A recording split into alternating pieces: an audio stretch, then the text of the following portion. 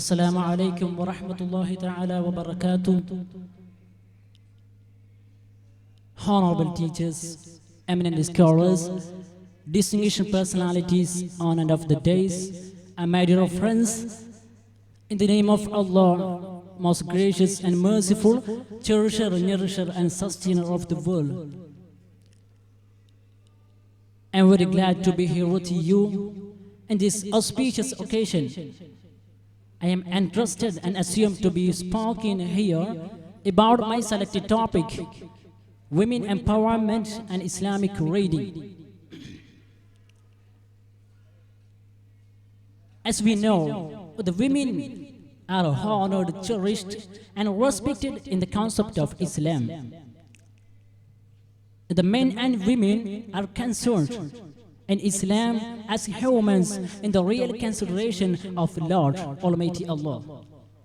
Almighty Allah, Lord, says in His Holy Quran through the chapter Al-Imran, verse number 195, that I will never waste and avoid the worker among you, whether it men or women.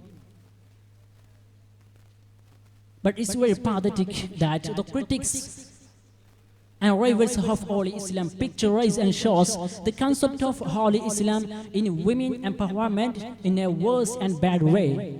The famous reputed thinker and Orientalist William Lane says in his book titled An Anthology of Quran, he says that the fatal point in Islam is the degradation of women. But it's very clear that no one can explain Islam in this angle except to those who have critical mind against the Holy Islam. There are distinctions, worldly recognized and scientific proved distinctions among men and women. Britannica Encyclopedia reports that the men are characterized by the great aggressiveness and dominance and power, while the women are characterized by great dependency and a tendency to be easily discouraged than the men. There are distinctions between women and men, psychological and physiological makeup. It's a very pathetic situation that their critics never recognize this distinction between men and women. The feminist arguments and thoughts and ideas originate from this circumstance. The argument equal justice to everyone is originated firstly in Great Britain and later it is planted to Europe and the United States of America.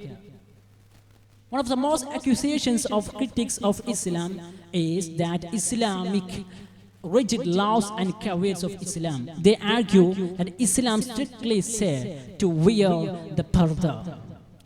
But it's very clear that the Holy Quran, neither the Holy Quran or the Prophet teachings lessons never say to the women to wear the parda. It is not an Arabic word, it is adopted from the Urdu language. So it's very clear that parda is not compulsory one, but Islam says any wearing that have to be covered their body. It is instructed by the Holy Islam. There are another things. They are standing in favor to the laws and caveats of Islam.